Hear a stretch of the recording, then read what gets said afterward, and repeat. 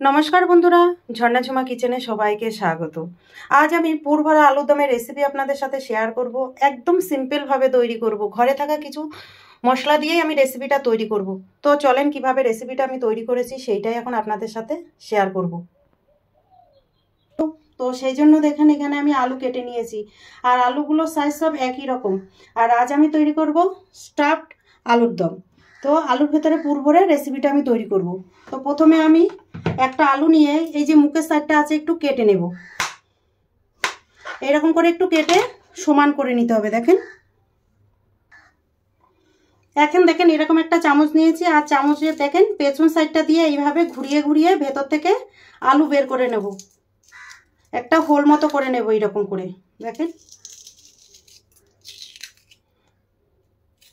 যে এরকম আমরা পটলের দরমা করতে ভেতর থেকে পটলের বীজগুলো বের করি, ঠিক এইরকম ভাবে আলুর থেকে ভেতর থেকে আলুগুলো বের করে নিতে হবে। এইভাবে দেখতে পাচ্ছেন, দেখেন এইভাবে গর্ত করে নিচ্ছি। দেখেন এই চামচের পেছন সাইডটা দিয়ে করতে হবে, আর যদি আপনারা চাকু দিয়ে করতে যান তাহলে কিন্তু কেটে যাবে আলু। দেখেন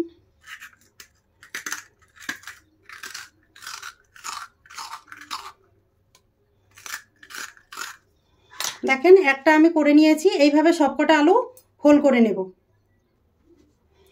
দেখেন সবকটা আলুকে আমি হোল করে নিয়েছি, আর এগুলো আরেকটু ধুয়ে নেব। আর এখানে যে আলুগুলো আমি রেখেছি এই আলুগুলো কিন্তু ফেলে দেবেন না, এগুলো দিয়ে কিন্তু সবজিও বানাতে পারবেন, আবার আলুকে স্টাফিং হিসাবে ব্যবহার করতে পারেন। কড়াই গরম হয়ে গেছে, দিয়ে দিলাম আমি সর্ষের তেল। কড়াইতে দিয়ে দিলাম দেখেন তেলের মধ্যে কিছুটা নুন, আর দিয়ে দিলাম খুব সামান্য হলুদ গুঁড়ো। দিয়ে এখন আমি পনিরগুলো ভেজে নিচ্ছি। আলুর ভেতরে স্টাফিং করার জন্য আমি পনির নিয়েছি। আপনারা চাইলে যে আলুটা আপনারা স্টাফিং করার জন্য বের করে দিয়েছেন আলু থেকে, সেই আলুটাও দিতে পারেন। তো আর চাইলে কিন্তু পনিরটা আপনারা কাঁচা ব্যবহার করতে পারেন, আমি একটু ভেজেই ব্যবহার করছি।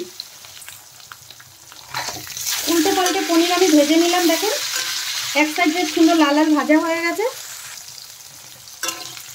পনির দেখেন ভালো করে ভাজা হয়ে গেছে। এখন আমি তেল থেকে তুলে নিচ্ছি পনির, আর ঠান্ডা হয়ে গেলে তারপরে পনিরটা আমি ম্যাশ করে নেব হাত দিয়ে। এখন যে আলুগুলো আমি বের করে রেখেছিলাম সেই আলুগুলো একটু ভেজে নিচ্ছি। ভালো করে একটু ভেজে নেব। দিয়ে দিলাম হলুদ গুঁড়ো, আর কিছুটা নুন দিয়ে দিলাম। দিয়ে বেশ ভালো করে ভেজে নেব।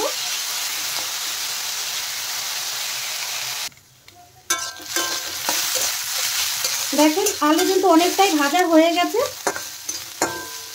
অনেক নরম হয়ে গেছে। দেখেন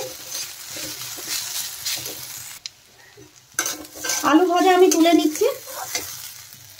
দেখেন একসাথে আমি পনিরের মধ্যে তুলে নিলাম। কড়াইতে আমি আবার তেল দিয়ে দিলাম।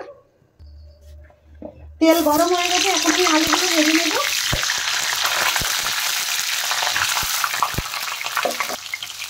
দিয়ে দিলাম হলুদ গুঁড়ো, আর দিয়ে দিলাম দেখেন নুন। হলুদ দিয়ে আলু ভালো করে ভেজে নিতে হবে। আপনারা চাইলে কিন্তু এই আলুটা একটু সেদ্ধ করে নিতে পারেন, হালকা ভাপিয়ে নিতে পারেন। আমি ভেজে নিচ্ছি। আলু ভাজা হতে থাক।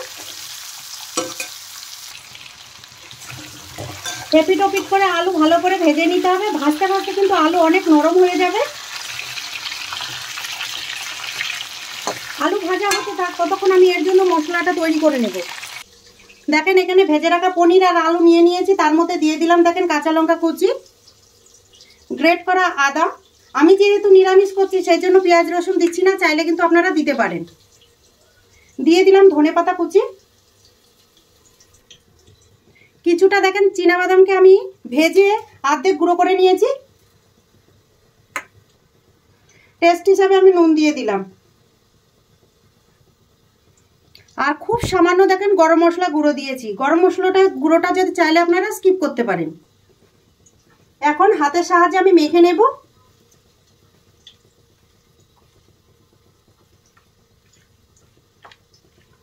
আর পনিরটা চাইলে কিন্তু আপনারা গ্রেট করে দিতে পারেন, হাত দিয়ে করলে কিন্তু বেশি ভালো হয়। দেখেন কি সুন্দর নরম হয়ে যাচ্ছে, দেখেন পনির একদম নরম। দিয়ে ভালো করে হাত দিয়ে মেখে নিচ্ছি আমি। দেখেন স্টাফিং আমার তৈরি হয়ে গেছে। গ্রেভি তৈরি করার জন্য আমি এখানে একটা মশলা তৈরি করে নেব, সেই জন্য দেখেন মিক্সির জার নিয়ে নিয়েছি। মিক্সি জারের মধ্যে আমি দেখেন টমেটো দিয়ে দিলাম, দুটো মিডিয়াম সাইজের টমেটো নিয়েছি, আর কেটে আমি বীজগুলো ফেলে দিয়েছি। টমেটোর বীজ খাওয়া কিন্তু ভালো না। দিয়ে দিলাম আদা। যাদের ইউরিক অ্যাসিডের প্রবলেম আছে তারা কিন্তু টমেটোর বীজ খাবেন না। আর এখানে দেখেন আমি 4 মগজ নিয়েছি, চিনেবাদাম নিয়েছি, আর গোটা জিরে নিয়েছি। এগুলো দিয়ে দিচ্ছি, একসাথে আমি পেস্ট করে নেব। মশলা এখন ভালো করে পেস্ট করে নেব। মশলা দেখেন ভালো করে পেস্ট করে নিয়েছি। এখন আলুগুলো দেখবো ভাজা হয়েছে কিনা। দেখেন আলু কিন্তু আমার খুব ভালোভাবে ভাজা হয়ে গেছে। এখন আমি আলু তেল ছেঁকে তুলে নিচ্ছি। আর তুলে কিন্তু আলু একটু ঠান্ডা করে নিতে হবে, নাহলে গরমে হাতে ছ্যাঁকা লেগে যাবে। দেখেন আলু ভেজে আমি তুলে নিয়ে নিয়েছি। এখন গ্রেভিটা আমি বানিয়ে ফোড়নে দিয়ে দিলাম আমি তেজপাতা, গোটা জিরে। এখানে দেখেন ধনে গুঁড়ো, লঙ্কা গুঁড়ো আর হলুদ গুঁড়ো নিয়েছি। এগুলো একটু জলে গুলে দেবো আমি। দেখেন জলে ভালো করে গুলে দিয়ে দিচ্ছি। জলে গুলে দিলে গ্রেভির কালারটা বেশ ভালো আসে।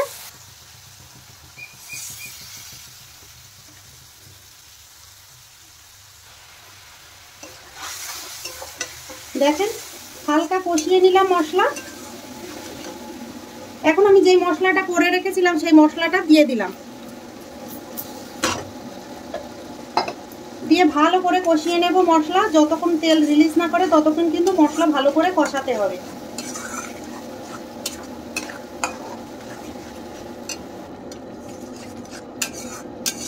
মশলা কষতে থাক, ততক্ষণে আমি আলুর ভেতরে পুরটা ভরে নেব।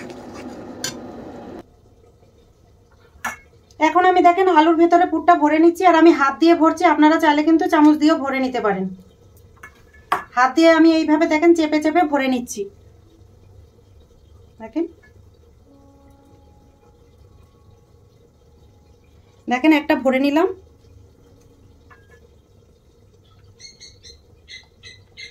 এভাবে কিন্তু হাত দিয়ে চেপে চেপে ঢুকিয়ে দিতে হবে। দেখেন দুটো ভরে নিলাম। এইভাবে সব কয়টা আমি ভরে নেব।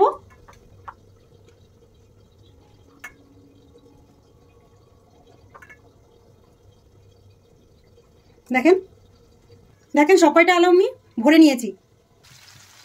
এদিকে দেখেন মশলা প্রায় কষানো হয়ে গেছে। মশলা থেকে কত সুন্দর তেল রিলিজ করে দিয়েছে, আর মশলার কালারটা কত সুন্দর হয়েছে দেখে অবশ্যই আপনারা বুঝতে পারছেন।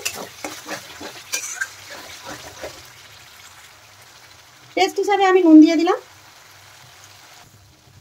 দিয়ে দিলাম সামান্য চিনি। চিনিটা চাইলে আপনারা স্কিপ করতে পারেন। দিয়ে দিলাম দেখেন কিছুটা কসুরি মেথি। কসুরি মেথিটা যদি আপনাদের কাছে না থাকে না দিলেও চলবে, আর দিলে কিন্তু গন্ধটা খুব ভালো আসে। তো মশলা দেখেন আমার ভালোভাবে কষানো হয়ে গেছে। এখন আমি দেখেন জল দিয়ে দিলাম। আর জল বেশি দিতে যাবেন না, খুব সামান্য পরিমাণেই জল দিলাম। দেখেন 5 মিনিটের মতো ঝোলটা ভালো করে ফুটিয়ে নেব।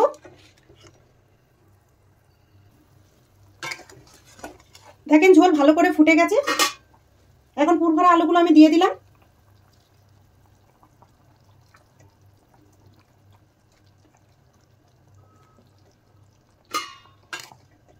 দিয়ে 5 মিনিটের মতো রান্না করে আমি নামিয়ে নেব। দিয়ে দিলাম দেখেন গরম মশলা গুঁড়ো, আর দিয়ে দিলাম দেখেন খুব সামান্য কুচনো ধনে পাতা। তো দেখেন তৈরি হয়ে গেছে। এখন আমি নামিয়ে নেব। নামানোর আগে আরেকটু ঘি দেবো আমি। দিয়ে দিলাম দেখেন ঘি। তৈরি হয়ে গেছে। এখন আমি গ্যাস বন্ধ করে দিলাম। এখন আমি দেখেন বাটিতে নিয়ে নিলাম। আর আমি যেইভাবে বানিয়েছি এইভাবে আপনারা বানিয়ে খেয়ে আমাকে কমেন্ট করে জানাবেন। এই ভিডিওটা যদি আপনাদের ভালো লাগে তাহলে আমার চ্যানেলটাকে সাবস্ক্রাইব করবেন, লাইক করবেন, কমেন্ট করবেন, আর অবশ্যই শেয়ার করবেন। ভিডিওটা দেখার জন্য আপনাদের ধন্যবাদ।